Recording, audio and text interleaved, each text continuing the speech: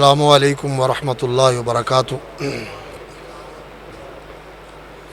الحمد للہ رب العالمین وصلی اللہ وسلم علی اشرف الانبیاء والمرسلین محمد وعلی آلہ واصحابہ ومن اہتدی بہدیہ ودعا بدعوتہ واستنى بسنتہ الی یوم الدین، واشہد ان لا الہ الا اللہ وحدہ لا شریک لہ واشہد ان محمدا عبدہ ورسولہ وبعد۔ قابل احترام حضرات، برادران اسلام، سامعین کرام، علم کی مجلس میں بیٹھنا یہ بڑی سعادت کی بات ہوتی ہے، اور اس مجلس کے اندر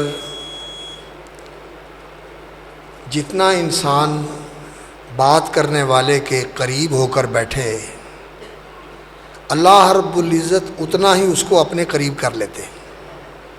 کیوں؟ اس لیے کہ یہ اللہ کی بات ہے، یہ رسول اللہ صلی اللہ علیہ وسلم کی بات ہے۔ رسول اکرم صلی اللہ علیہ وسلم کی مجلس میں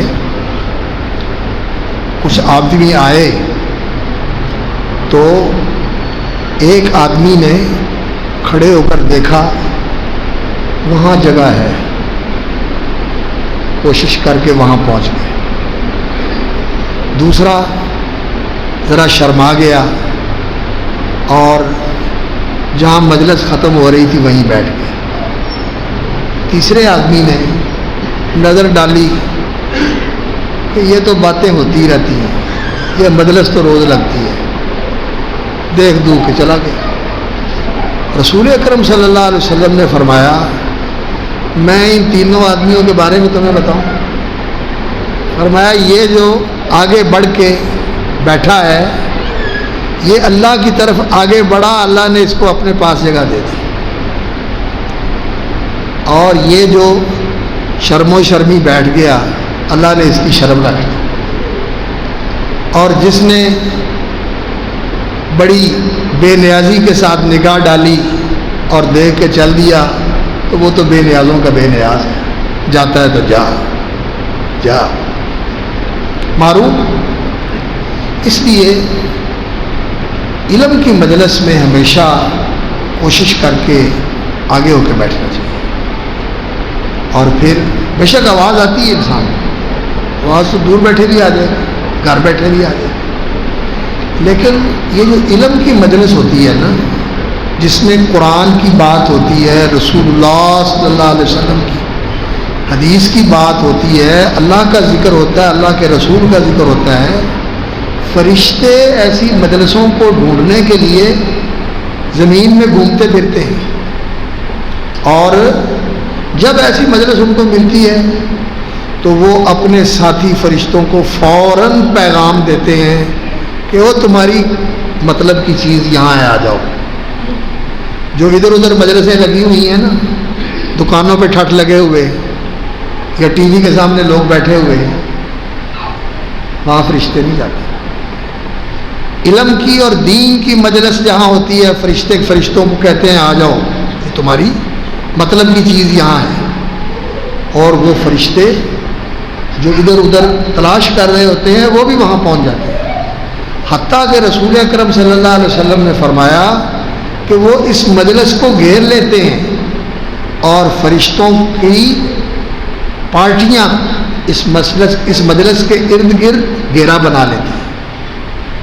تو کوشش یہ کرنی چاہیے کہ اس مجلس کے اندر قریب قریب ہو کے بیٹھا جائے، اور گھیرے کی شکل میں بیٹھا جائے، تاکہ آپ فرشتوں کے گھیرے میں آ جائیں، فرشتوں کے گھیرے میں آ جائیں۔ اور پھر یہ فرشتوں کا احاطہ اور فرشتوں کا گھیراؤ جو ہے، یہ رسول اکرم صلی اللہ علیہ وسلم نے فرمایا، فرشتے اللہ کی نورانی مخلوق ہیں، انہیں اللہ سے اور اللہ کے ذکر سے محبت ہے، اور اللہ کے ذکر کرنے والوں سے محبت ہے۔ جب وہ قرآن پڑھتا ہے تو رسول اکرم صلی اللہ علیہ وسلم نے فرمایا فرشتہ جو ہے اس کے منہ پر منہ رکھ دیتا ہے، ان ہونٹوں کو چوم لیتا ہے کہ جن سے اللہ کا نام لیا جا رہا ہے، اللہ وہ اللہ سے اور اللہ کے ذکر سے اور اللہ کے ذکر کرنے والوں سے محبت کرتے ہیں، تو ان کو گھیر لیتے ہیں، اور پھر رسول اکرم صلی اللہ علیہ وسلم نے فرمایا کہ وہ اتنی تعداد کے اندر ہوتے ہیں کہ ان کی یہ پارٹیاں آسمان تک پہنچ جاتی ہیں، آسمان تک پہنچ جاتی ہیں، اور پھر اللہ رب العزت ان مجلس کے اندر بیٹھنے والوں کا اپنے درباری فرشتوں میں ذکر کرتے ہیں نام لے لے کر، فلاں بیٹھا ہوا ہے، فلاں بیٹھا ہوا، فلاں بیٹھا ہوا، فلاں بیٹھا ہوا، اور اللہ فخر کرتے ہیں، اللہ فخر فرماتے ہیں۔ تو ان مجلسوں میں بیٹھنا بڑی سعادت کی بات ہوتی ہے، اللہ رب العزت نصیب کرے تو اس سعادت کو سمیٹنے کی کوشش کرنی چاہیے۔ اللہ تعالی ہمیں ہمیشہ اس بات کا شوق نصیب کرے کہ ہم دنیا اور آخرت کے اندر بلائی اکٹھے کرنے والے ہیں، حسنات اور خیرات اکٹھے کرنے والے ہیں۔ تو انشاءاللہ العزیز مختصر سا درس ہوگا۔ اعوذ باللہ السمیع العلیم من الشیطان الرجیم۔ قال اللہ تبارک و تعالی وَلِكُلِّ أُمَّةٍ جَعَلْنَا مَنْسَكًا لِيَذْكُرُوا اسْمَ اللَّهِ عَلَى مَا رَزَقَهُم مِّن بَهِيمَةِ الْأَنْعَامِ فَإِلَٰهُكُمْ إِلَٰهٌ وَاحِدٌ فَلَهُ أَسْلِمُوا وَبَشِّرِ الْمُخْبِتِينَ وقال عز من قائل وَالْبُدْنَ جَعَلْنَاهَا لَكُم مِّن شَعَائِرِ اللَّهِ لَكُمْ فِيهَا خَيْرٌ فَاذْكُرُوا اسْمَ اللَّهِ عَلَيْهَا صَوَافَّ فَإِذَا وَجَبَتْ جُنُوبُهَا فَكُلُوا مِنْهَا وَأَطْعِمُوا الْقَانِعَ وَالْمُعْتَرَّ كَذَلِكَ سَخَّرْنَاهَا لَكُمْ لَعَلَّكُمْ تَشْكُرُونَ لَن يَنَالَ اللَّهَ لُحُومُهَا وَلَا دِمَاؤُهَا وَلَكِن يَنَالُهُ التَّقْوَىٰ مِنكُمْ كَذَلِكَ سَخَّرَهَا لَكُمْ لِتُكَبِّرُوا اللَّهَ عَلَىٰ مَا هَدَاكُمْ وَبَشِّرِ الْمُحْسِنِينَ۔ قربانی یہ دین اسلام کا ایک ایسا عظیم الشان عمل ہے جس کی تاریخ اتنی قدیم ہے جتنی تاریخ دین کی قدیم ہے۔ دین بھی اللہ رب العزت نے انسانوں کو زمین پہ اتارا، ہمارے ماں باپ حضرت آدم علیہ السلام اور حضرت حوا علیہ السلام کو جب زمین پہ اتارا تو اسی وقت ان سے فرما دیا تھا کہ میری طرف سے رہنمائی آئے گی، اس کی پیروی کرنی ہے۔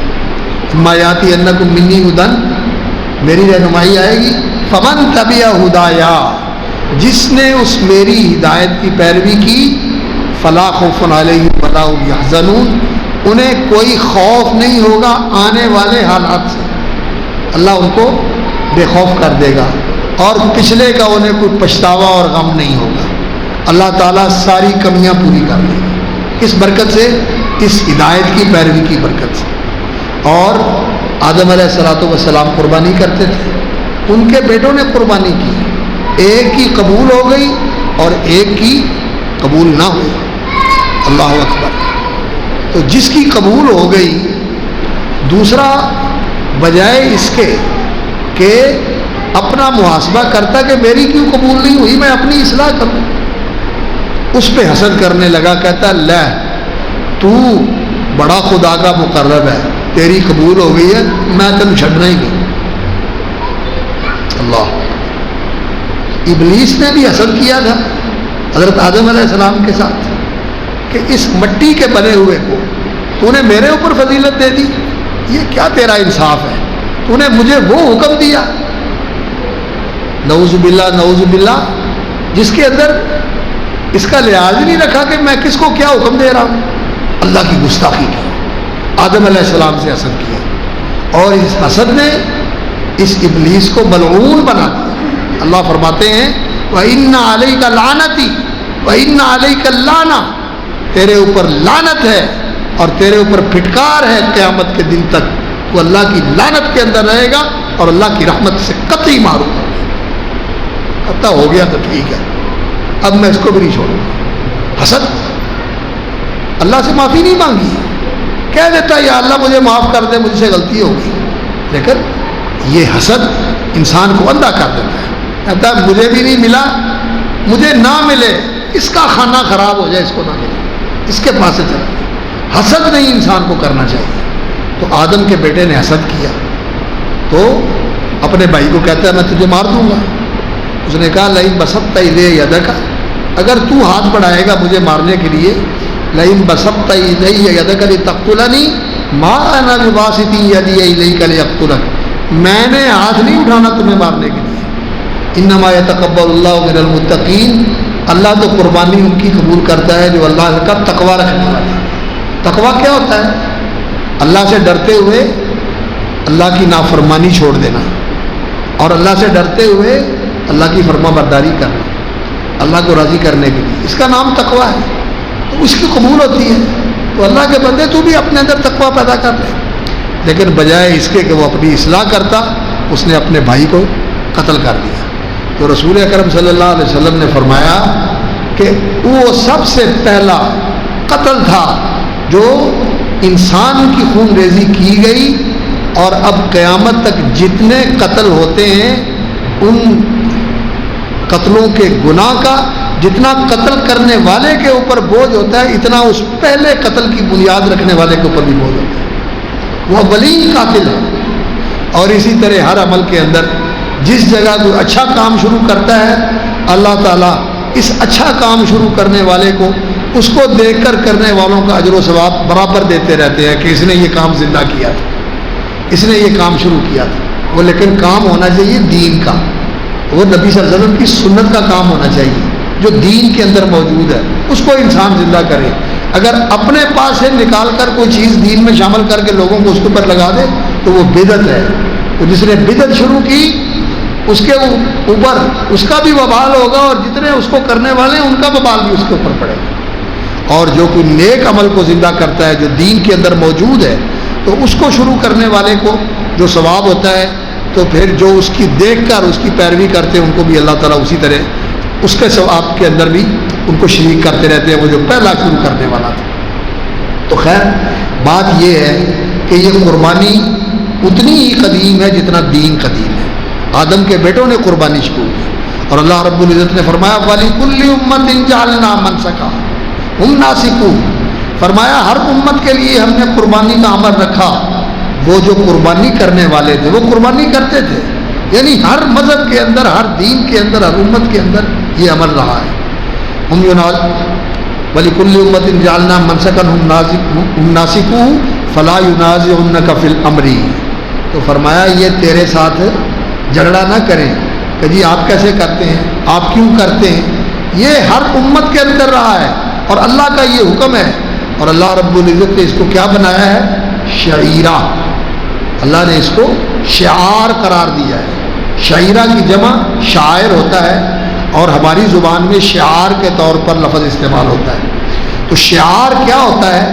شعار کہا جاتا ہے ایسی چیز کو جو علامت ہو، سمبل ہو، سائن ہو، نشان ہو، اسے دیکھ کر کوئی چیز یاد آئے اور اس کے پس منظر میں کچھ چیزیں ہوں جو لوگوں کو متوجہ کرے کہ یہ ان چیزوں کی نشانی ہے، یہ ان چیزوں کی یاد دہانی ہے، اور یہ ان چیزوں کی علامت ہے. بڑی آسان مثال اس کے لیے جھنڈا ہے. ملک کا جھنڈا ہوتا ہے، یہ کس چیز کی علامت ہوتی ہے؟ اس ملک کی آزادی کی علامت ہوتی ہے، اس ملک کی عزت و کرامت کی علامت ہوتی ہے، اس ملک کے شہریوں کی عزت، کرامت اور آزادی کی علامت ہوتی ہے. اس لیے یہ جھنڈا دیکھ کر پتہ چلتا ہے کہ پاکستان ایک ملک ہے، اس کے آزاد شہری ہیں، وہ ایک معزز قوم ہے. یہ ساری چیزیں اس جھنڈے کو دیکھنے سے معلوم ہو جاتی ہے. تو جھنڈا ان چیزوں کا نشان ہوتا ہے. تو اللہ رب العزت نے قربانیوں کو نشان بنایا ہوا کس چیز کا؟ دو چیزوں کو. ایک تو یہ کہ اس کو دیکھ کر انسان کو اللہ کی نعمت کا احساس ہوتا ہے کہ اس مالک کی میرے اوپر کتنی نعمتیں ہیں جو میں استعمال کر رہا ہوں. پانی اس کی نعمت، ہوا اس کی نعمت، کھانا اس کی نعمت، اور یہ جو سسٹم ہے ہمارے جسم کے اندر لگا ہوا، اللہ اکبر، ہوا اور پانی اور کھانے کو ہضم کر کے خون، انرجی اور توانائی کے اندر بدلنے والا، اور پھر جو ریفائنری لگی ہوئی ہے کہ اس کو بنا کے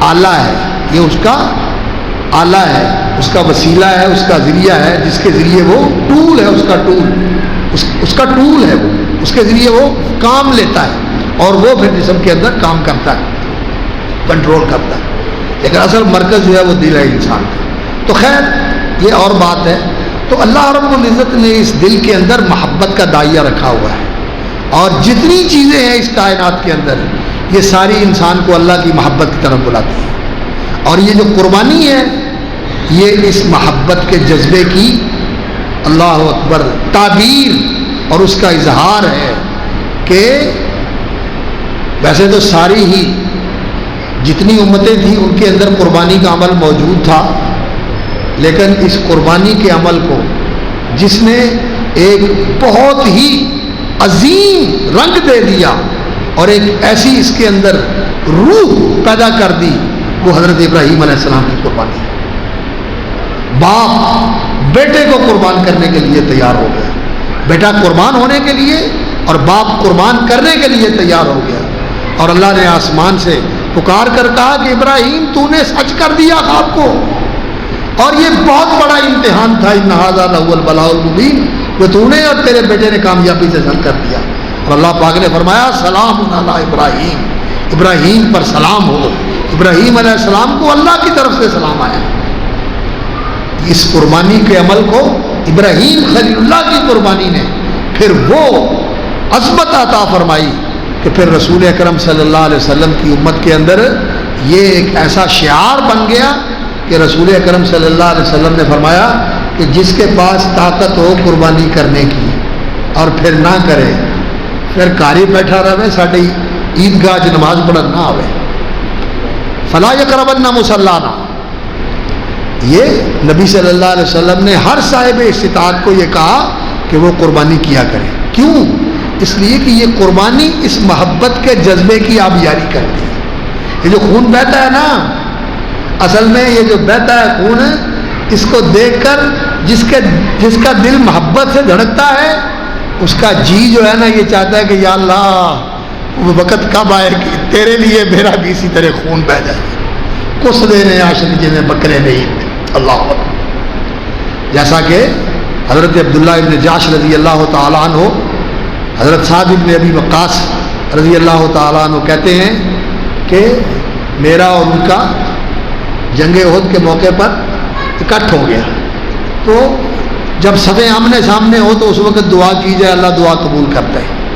تو کہنے لگے آؤ مل کے دعا کریں، تو انہوں نے دعا کی، تو کہنے لگے یا اللہ میری دعا یہ ہے کہ میرا ایسے دشمن کے ساتھ مقابلہ ہو جو بڑا زبردست ہو، طاقتور ہو، اور میں بھی اس پہ وار کروں اور وہ بھی مجھ پہ وار کرے، اور پھر وہ مجھ پہ غالب آ جائے اور پھر وہ میرا گلا کاٹ دے، اس لیے کہ وہ تیرا دشمن ہے، میرا دشمن ہے اس لیے کہ میں تجھے ماننے والا ہوں، تو وہ اس وجہ سے میرے ساتھ دشمنی کر رہا ہے، تو تیرا دشمن ہے وہ۔ اور اللہ رب العزت نے انسان کو جو نافرمان ہے اور جو کافر ہے اس کو اپنا دشمن قرار دیا، یہ اللہ کا دشمن ہے۔ اللہ اکبر۔ تو پھر میری دعا ہے یا اللہ کہ وہ میرا گلا کاٹ دے اور پھر وہ میرا پیٹ چاک کر دے، میرا مسئلہ کر دے، ناک، کان، آنکھیں، سب میرے اعضاء کاٹ دے، اور قیامت والے دن نبی صلی اللہ علیہ وسلم نے فرمایا دنیا میں جس حال میں کوئی مرتا ہے اسی حال میں اٹھے گا۔ میرے بھائیوں کبھی اس بات پہ غور کیا کرو، جس حال میں انسان مرتا ہے نا اسی حال میں اٹھے گا۔ اللہ اکبر۔ حضرت شیخ ابن عثیمین رحمۃ اللہ علیہ کینسر کے مریض تھے، اور ان کے زمانے میں جو سعودی عرب کے بادشاہ تھے انہوں نے ان کو آفر کی، کہنے لگے آپ کو کینسر کے علاج کے لیے امریکہ بھیج دیتے ہیں، وہاں آپ کا علاج ہوگا، کیمو تھراپی ہوگی، اور بھی جو کچھ علاج کرنا ہے، اعلیٰ ترین دنیا کا علاج وہاں ہوتا ہے۔ تو کہنے لگے اس علاج کے اثرات کیا ہوتے ہیں؟ کہنے لگے وہ کیمو تھراپی ہوتی ہے، اس کے ساتھ جسم کے بال جڑ جاتے ہیں۔ تو کہنے لگے یہ میری داڑھی بھی جڑ جائے گی؟ کہنے لگے یہ بھی جڑ جائے گی۔ کہنے لگے میں یہ علاج نہیں کرا سکتا، میں اللہ کے سامنے کیسے پیش ہوں گا؟ جس حال میں مرتا ہے اسی حال میں اٹھے گا. اللہ کے رسول کے بھی سامنے پیش ہونا ہے اور اللہ کے بھی سامنے پیش ہونا ہے. اس لیے میرے بھائیوں اپنے آپ کو ٹھیک کر. یہ فرما برداری کی علامت ہے, یہ مسلمانی کی علامت ہے. لوگ کہتے ہیں ادھر اسلام بڑھے گا سارا. نہیں, سارا اسلام اس میں نہیں ہے, لیکن یہ اسلام فرما برداری کا ایسا شعار ہے کہ دیکھتے ہی پتہ چل جاتا ہے یہ مسلمان. لوگ کہتے ہیں سکھوں نے بھی تو رکھی ہیں نا, سکھ بھی داڑیاں رکھی کرتے ہیں, لیکن سکھوں نے داڑھی رکھی ہوتی ہے, انہوں نے مونچھیں بھی رکھی ہوتی ہے, انہوں نے کیس بھی رکھا ہوتا ہے, اور انہوں نے وہ کام کیا ہوتا ہے جس کام سے اللہ کے رسول نے منع فرمایا ہے. کیا رسول اکرم صلی اللہ علیہ وسلم نے فرمایا جس نے داڑھی رکھی ہو نا وہ اس کو گرا نہ دے, اور انہوں نے گرا دی ہوتی ہے, تو پتہ چل جاتا ہے. اور اللہ اکبر, اللہ رب العزت جس نے یہ حکم دیا, نبی صلی اللہ علیہ وسلم نے فرمایا مجھے اللہ نے حکم دیا کہ میں داڑھی رکھوں, مجھے اللہ نے حکم دیا. اس لیے قربانی کے دنوں میں آپ لوگ داڑیاں چھوڑ دیتے ہیں کہ جی قربانی کرنی ہے. ہمارے والد صاحب رحمۃ اللہ علیہ کا طریقہ تھا کہ وہ جب یہ ذی الحجہ کا چاند طلوع ہونے والا ہوتا تو لوگوں کو کہتے کہ بھئی بال نہیں کٹوانے, پہلے تراش لو, نہیں کٹوانے. اور جب قربانی کا آخری وقت آتا, قربانی کے والے دن جب خطبہ دیتے تو اس وقت بھی کہتے ہیں وہ داڑھی کے بال بڑھ گئے ہیں, ان بدل ہی دیو, نہ کٹایا جائے, انہیں بھی رہن دیو. بڑے لوگوں نے ان کے کہنے پر ماشاءاللہ داڑیاں رکھی. تو میرے بھائیوں, یہ جس حال میں انسان مرتا ہے اسی حال میں اٹھے گا. یہ بات بھی انسان کے ذہن میں آ جائے نا کہ میں اللہ کے سامنے پیش ہونا ہے کیسے, میں نے رسول اللہ صلی اللہ علیہ وسلم کا سامنا کرنا ہے کیسے. تو اس لیے اس کے اوپر انسان کو توجہ دینی چاہیے, اپنی اصلاح کرنی چاہیے. تو وہ کہنے لگے یا اللہ پھر کل قیامت کے دن جب پیش ہوں تو پوچھے کہ عبداللہ یہ تیرے ساتھ کس لیے ہوا, تو میں کہوں مولا تیرے لیے, تیری وجہ سے. یہ نبی صلی اللہ علیہ وسلم کے عزیز تھے, رشتہ دار تھے, مہاجر تھے, اور نبی صلی اللہ علیہ وسلم کے خاندان کے فرد تھے. عبداللہ ابن جاش, اللہ اکبر, غالباً نبی صلی اللہ علیہ وسلم کے پھوپھی ذات تھے. تو یہ جذبہ جو ہے انسان کا, محبت کا جذبہ, یہ اصل جذبہ ہے. شہادت ہے مطلوب و مقصود مومن, نہ مال غنیمت نہ کشور کشایت. مومن کا اصل مقصود یہ ہے کہ ہم اللہ کے لیے قربان کریں. اور جب آپ قربانی کرتے ہیں تو کیا پڑھتے ہیں؟ بسم اللہ اللہم منک و لک تقبل منی و من اہل بیتی ان صلاتی و نسکی و محیای و مماتی للہ رب العالمین. یہ جو آپ دعا پڑھتے ہیں کہ یا اللہ میری نماز, میری قربانی, میرا جینا مرنا سارا تیرے لیے, تو یہ اس محبت کے جذبے کی آبیاری کا ایک ایسا عمل ہے جس سے وہ محبت کا جذبہ جوان اور توانا ہو جاتا ہے. اور پھر انسان ساری زندگی کے اندر اللہ کے لیے قربانیاں دیتا ہے, اور دین سارا قربانی کا نام ہے. نماز کیا ہے؟ دکان چھوڑ دے, آرام چھوڑ دے, نیند چھوڑ دے, قربانی ہے یا نہیں؟ زکوٰۃ کیا ہے؟ اپنا مال ہے, کمایا ہوا ہے, نکالو. صدقہ کیا ہے؟ قربانی. روزہ کیا ہے؟ کھانا چھوڑ دو. بیوی ہے, پاس نہیں جانا, اللہ نے روکا ہوا ہے, پانی منہ میں ڈالا لیکن نہیں, قربانی. اور حج, اللہ اکبر, وہ تو ایسی قربانی ہے کہ وطن بھی چھوڑ دے, اپنے پیارے بھی چھوڑ دے, اپنے آرام بھی چھوڑ دے, فقیرانہ لباس پہن کے لبیک اللہم لبیک, مولا آ گیا حاضری لال ہے, مولا حاضر ہو گیا, غلام حاضری لال ہے, اللہ قبول کرنا ہے. میں بھجیا سا, میں دور نکل گیا سا, مولا سب تو چھٹ کے میں تیرے ہوئے دے آ گیا, یا اللہ دیکھنا میری حاضری قبول کر. اللہ پر دین سارا قربانی کا نام ہے, دین سارا قربانی کا نام ہے. تو یہ قربانی اس جذبہ قربانی کو انگیز کرتی ہے, یہ اس کو موٹیویٹ کرتی ہے, یہ اس کو ایکٹیویٹ کرتی ہے, یہ اس کو مضبوط کرتی ہے, توانا کرتی ہے, فعال کرتی ہے. اس لیے یہ قربانی دین کا شعار ہے. یہ جو لوگ کہتے ہیں نا جی شوکت خانم کو جی پیسے دے دو, فلانے ہسپتال کو پیسے دے دو, یتیم خانے کو پیسے دے دو, وہ اس سے بہتر ہے. ٹھیک ہے, دو شوکت خانم کو, یتیم خانوں کو پیسے دو, لیکن اپنا گھر سادہ بنا لے. ہر 10 سال کے بعد جو ہے نا سارا گھر جو ہے توڑ کے پھر نیا بننا شروع کر دیتے ہو. ہر 2-3 سال کے بعد کہتے ہو کہ یہ سیٹنگ بدل دو, یہ سیٹنگ بدل دو. اور جو بنائی ہوئی اسی میں گزارا کر لیں، وہاں پیسے لگا دیں۔ یہ جو دین کا شعار ہے، جو بندگی کی علامت ہے، اور جو اس جذبے کی آبیاری کرنے والا یہ ہے جو عمل، اس کو کہہ دے ختم کر دے، یہ کیسی سوچ ہے؟ اصل میں یہ بندگی سے دشمنی ہے، یہ دین دشمنی ہے، یہ دین دشمنی ہے، یہ اللہ کی بندگی سے نفرت ہے، یہ اللہ کی بندگی سے بیزاری ہے۔ ٹھیک ہے، کر لیں کہاں چلے جائیں گے؟ یہ کبھی ایسے لوگ جو ہیں ان کو کہو یار سگریٹ چھوڑ دیں، اور سگریٹ چھوڑ کے جو پیسے بنتے ہیں، سگریٹ کتنے کے پیتے ہوئے، میں ڈبی پھونک دینا روز میں فلانی ڈبی جڑی ہو انہیں دی ہوتی میں وہ پینا وہاں، وہ پان کھاتا ہے، کوئی سگریٹ پیتا ہے، کوئی کیا کرتا ہے، کوئی کیا کرتا ہے، اس طرح کی چیزیں چھوڑ کے یہ پیسے دیں۔ اور جو تم نے سلسلے بنائے ہوئے ہیں کہ جی ہر ہفتے ہم نے جانا ہے، وہاں جا کے کھانا کھانا ہے، وہاں جا کے ہوٹلنگ کرنی ہے، وہاں جا کے پکنک کرنی ہے، وہاں جا کے یہ کرنا ہے، ایسی چیزیں چھوڑ کے اللہ کے لیے دو جو لغویات اور فضولیات ہے۔ یہ دین کے کام چھوڑ کے کہتے ہو کہ اللہ کے لیے دینا ہے، وہ اللہ کے لیے نہیں ہے۔ اللہ اکبر، یہ جو چیزیں ہیں یہ تو دین کی علامت ہے، اس لیے ان کے اندر خرچ کرنا یہ دین کی آبیاری ہے اور دین کا تحفظ ہے۔ ان کو ختم کرنے سے دین مٹ جاتا ہے۔ تو اللہ رب العزت نے ان کو دین کا شعار قرار دیا ہے اور فرمایا وَمَن يُعَظِّمْ شَعَائِرَ اللَّهِ، ان کی تعظیم کرنا، ان کی تکریم کرنا، ان کو محبت سے پالنا اور خوبصورت چیز پیش کرنا اور بے عیب چیز پیش کرنا۔ اور ہمارے ایک بڑے فاضل دوست تھے، اللہ تعالیٰ ان کو غریق رحمت کرے، فوت ہو گئے۔ وہ یہ کہا کرتے تھے کہ یار جانور کو تو بڑا ٹوٹ ہو کے دیکھ دے، یہ اکھ ٹھیک ہے، یہ کن جو سوراخ تو نہیں گا، ٹک تو نہیں لگا، سنگ تو نہیں بھریا، لگانا تو نہیں، وہ قربانی دے جانور کو تے آنا بے عیب ہو جائے۔ کبھی اپنے آپ کو بھی دیکھ لیا کرتے رہے، دل کے اندر جڑے کھوٹ نے، جڑے کوڑ نے، کبھی یہاں بھی فرول لیا کر، کبھی یہاں بھی دیکھ لیا کر کے میں یہاں بھی کٹ دیں۔ اللہ اکبر، انما یتقبل اللہ من المتقین، اللہ رب العزت تقوی شعاروں سے قربانی قبول کرتے ہیں۔ کبھی انسان اپنے عیب بھی دیکھ، اپنے مال کو بھی دیکھ لو، اس میں حرام کتنا ہے، حلال کتنا ہے، کبھی اپنے آپ کو بھی دیکھ لو، اس نیت کے اندر اخلاص کتنا ہے، للہیت کتنی ہے، اللہ کی رضا جوئی اور اس کی خوشنودی کو طلب کرنے کا جذبہ کتنا ہے۔ بلے بلے بلے بلے، میاں صاحب نے جانور لیا دیں، کیا بات ہے، سارا بھلا اکٹھا ہو گیا، ساری کالونی میں کھڑا ہے، کیا بات ہے، کیا بات ہے، کتنے کا آیا میاں صاحب؟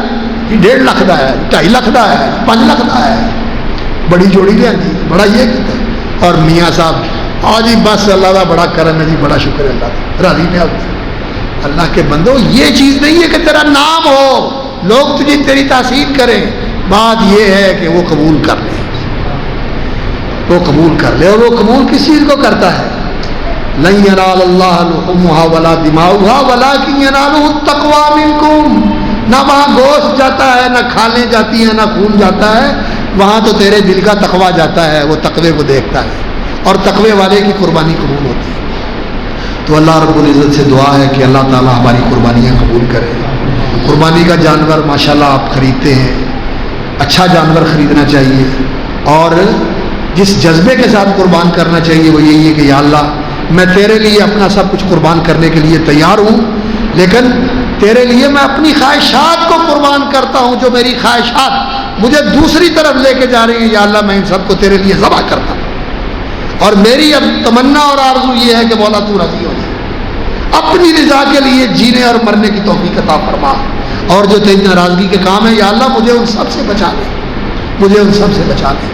اور یا اللہ تو اس قربانی کو مجھ سے اور میرے گھر والوں سے ایسے ہی قبول فرما جیسے تو نے اپنے خلیل حضرت ابراہیم کی قبول فرمائی تھی اور اپنے خلیل حضرت محمد رسول اللہ صلی اللہ علیہ وسلم کی قبول فرمائی۔ تو یہ قربانی کا عمل بڑا عظیم الشان عمل ہے، اور اس کی روح بہت ہی اونچی روح ہے۔ اللہ تعالی ہمیں اس روح کے ساتھ اور اس جذبے کے ساتھ قربانیاں کرنے کی توفیق عطا فرمائے۔ سبحان ربک رب العزت عما یصفون وسلام علی المرسلین والحمد للہ رب العالمین۔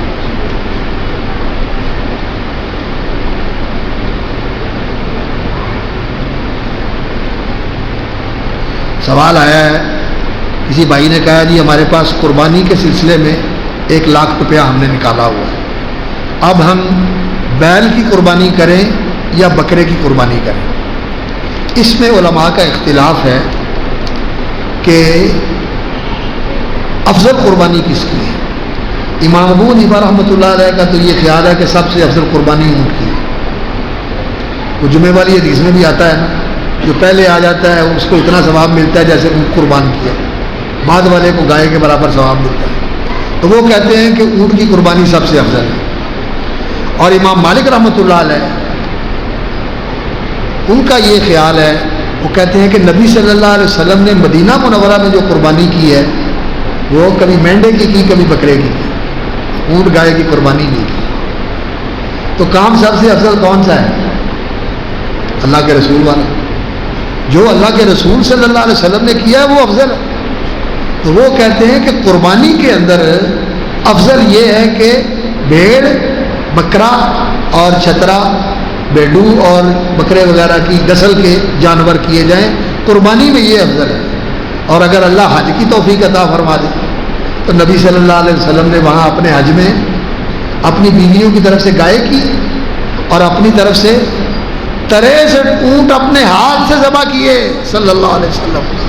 63 سال عمر پائی اور ہر سال کے لیے ایک اونٹ اللہ کے لیے قربان کیا، اللہ اکبر۔ اور باقی 100 جو تھے، باقی 63 میں سے باقی جو بچے وہ حضرت علی کو کہا کہ آپ ذبح کر دیں۔ آپ صلی اللہ علیہ وسلم نے 100 اونٹ قربان کیا۔ حج کے اندر اونٹ افضل ہے اور یہاں بکرا افضل ہے۔ یہ امام مالک رحمۃ اللہ علیہ کا موقف ہے۔ اور باقی بات تو یہ ہے کہ جذبہ ہے، اللہ تعالیٰ توفیق عطا فرمائے۔ بیل کی بھی بڑی اچھی قربانی ہے، وہ بھی کرتے ہیں آپ، اور بکری عید بھی کر دیں، اور جتنے پیسے آپ بتا رہے ہیں میرا خیال اس میں شاید دونوں ہی ہو جاتی ہے۔ اللہ تعالیٰ آسانی فرمائے۔ اللہم لک الحمد ملء السماوات وملء الارض وملء ما بینہما وملء ما شئت من شیء بعد۔ اللہم صلی علی محمد وعلی آل محمد وبارک علی محمد وعلی آل محمد کما صلیت وبارکت علی ابراہیم وعلی آل ابراہیم انک حمید مجید۔ ربنا ظلمنا انفسنا وان لم تغفر لنا وترحمنا لنکونن من الخاسرین۔ رب اغفر وارحم وانت خیر الراحمین۔ اللہم اغفر لنا ذنوبنا وتجاوز عن سیئاتنا۔ اللہم اغفر لنا ذنوبنا وتجاوز عن سیئاتنا۔ اللہم تقبل منا صالح الاعمال وتجاوز عن سیئاتنا۔ اللہم تقبل منا صالح اعمالنا۔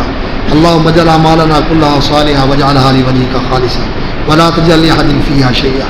ربنا آتنا في الدنيا حسنة وفي الآخرة حسنة وقنا عذاب النار۔ اے اللہ ہمیں اسلام والی زندگی نصیب فرما، ایمان والی موت نصیب فرمانا۔ اے اللہ ایمان کی سلامتی کے ساتھ دنیا سے لے جانا، ہر فتنے اور اطلاع سے محفوظ رکھنا۔ یا اللہ ہمارا ایمان پہ خاتمہ فرمانا۔ یا اللہ ہمیں اپنی فرما برداری والی زندگی گزارنے کی توفیق عطا فرما۔ تیرے پیارے نبی کی پیروی کے اندر ان کی سنت کے اتباع کے ساتھ یا اللہ زندگی گزارنے کی توفیق عطا فرما۔ یا اللہ ہماری کمیاں کوتاہیاں معاف فرما، ہمارے قصوروں اور گناہوں سے درگزر فرما۔ یا اللہ ہماری نیکیاں اور حسنات قبول فرما۔ یا اللہ ہمارے ماں باپ کی بخشش فرما، اور ہمارے عزیز و قارب بہن بھائی دوست عزیز رشتہ دار جو فوت ہو گئے آج وہ تیرے پاس مہمان ہیں، اللہ ان کی قبروں کو منور فرما، اللہ ان کے درجے بلند فرما۔ اللہ جو سلامت ہیں ان کی زندگیوں میں عافیت کے ساتھ برکت فرما۔ ہماری اولادوں کو ہمارے لیے آنکھوں کی ٹھنڈک اور دل کی راحت کا باعث بنا، اور یا اللہ ہمارے دنیا کے بھی کام سنوار دے اور ہمارے دین کے بھی کام سنوار دے اللہ، اور ہماری آخرت بھی اچھی کر دے اپنی رحمت کے ساتھ، اپنی رحمت اور کارسازی کے ساتھ، اپنی مہربانی اور کرم کے ساتھ۔ یا اللہ ہمارا دین بھی سنوار دے، ہماری دنیا بھی سنوار دے اور ہماری آخرت بھی سنوار دے، اور یا اللہ ہماری ساری کمیاں پوری کر دے، ہمارے نقصانوں کی تلافیاں فرما دے، ہماری مشکلیں آسان فرما دے، ہماری پریشانیاں دور فرما دے، ہمارے بیماروں کو صحت عطا فرما۔ اللہ مقروضوں کے قرض اتار دے، اللہ جو پریشان ہیں ان کی پریشانیاں دور فرما دے۔ اللہ جن گھروں میں نا اتفاقی اور ناچاکی ہے اللہ ان میں الفت و محبت اور اتفاق پیدا فرما۔ اللہ جو بیٹیاں بیٹے اپنے گھروں میں پریشان ہیں یا اللہ ان کو راحت اور سکون بخش، یا اللہ ان کو راحت اور سکون بخش۔ یا اللہ جو بیٹیاں اپنے گھروں میں پریشان ہیں، جو بیٹے اپنے گھروں میں پریشان ہیں، اللہ ان کی مدد فرما اور ان کو گھروں میں سکون، اطمینان اور راحت نصیب فرما۔ اے اللہ ہمارے کام سنوار دے، اے اللہ تو ہمارا کارساز ہے، تو ہی ہمارا مددگار ہے، تو ہی ہمارا ملجا و ماوا ہے۔ ہم تیرے بندے ہیں، بے شک گندے مندے ہیں لیکن مولا تیرے بندے ہیں، تیرے در پہ آئے ہیں۔ اللہ جھولی بھر دے، اللہ عطا فرما دے، یا اللہ جو مانگا ہے وہ بھی دے دے، جو نہیں مانگ سکے تیرے علم میں بہتر ہے وہ بھی دے دے، جو پیارے نبی صلی اللہ علیہ وسلم نے مانگا ہے ہم مانگتے ہیں اللہ ہماری جھولی میں ڈال دے، جس سے انہوں نے پناہ مانگی ہے اس سے پناہ مانگتے ہیں، ہمیں بھی پناہ نصیب فرما دے۔ ربنا آتنا فی الدنیا حسنہ وفی الآخرۃ حسنہ وقنا عذاب النار۔ اللہم ربنا تقبل منا انک انت السمیع العلیم وتب علینا انک انت التواب الرحیم، وصلی اللہ علی عبدہ ورسولہ محمد وعلی آلہ وصحبہ اجمعین، آمین یا رب العالمین۔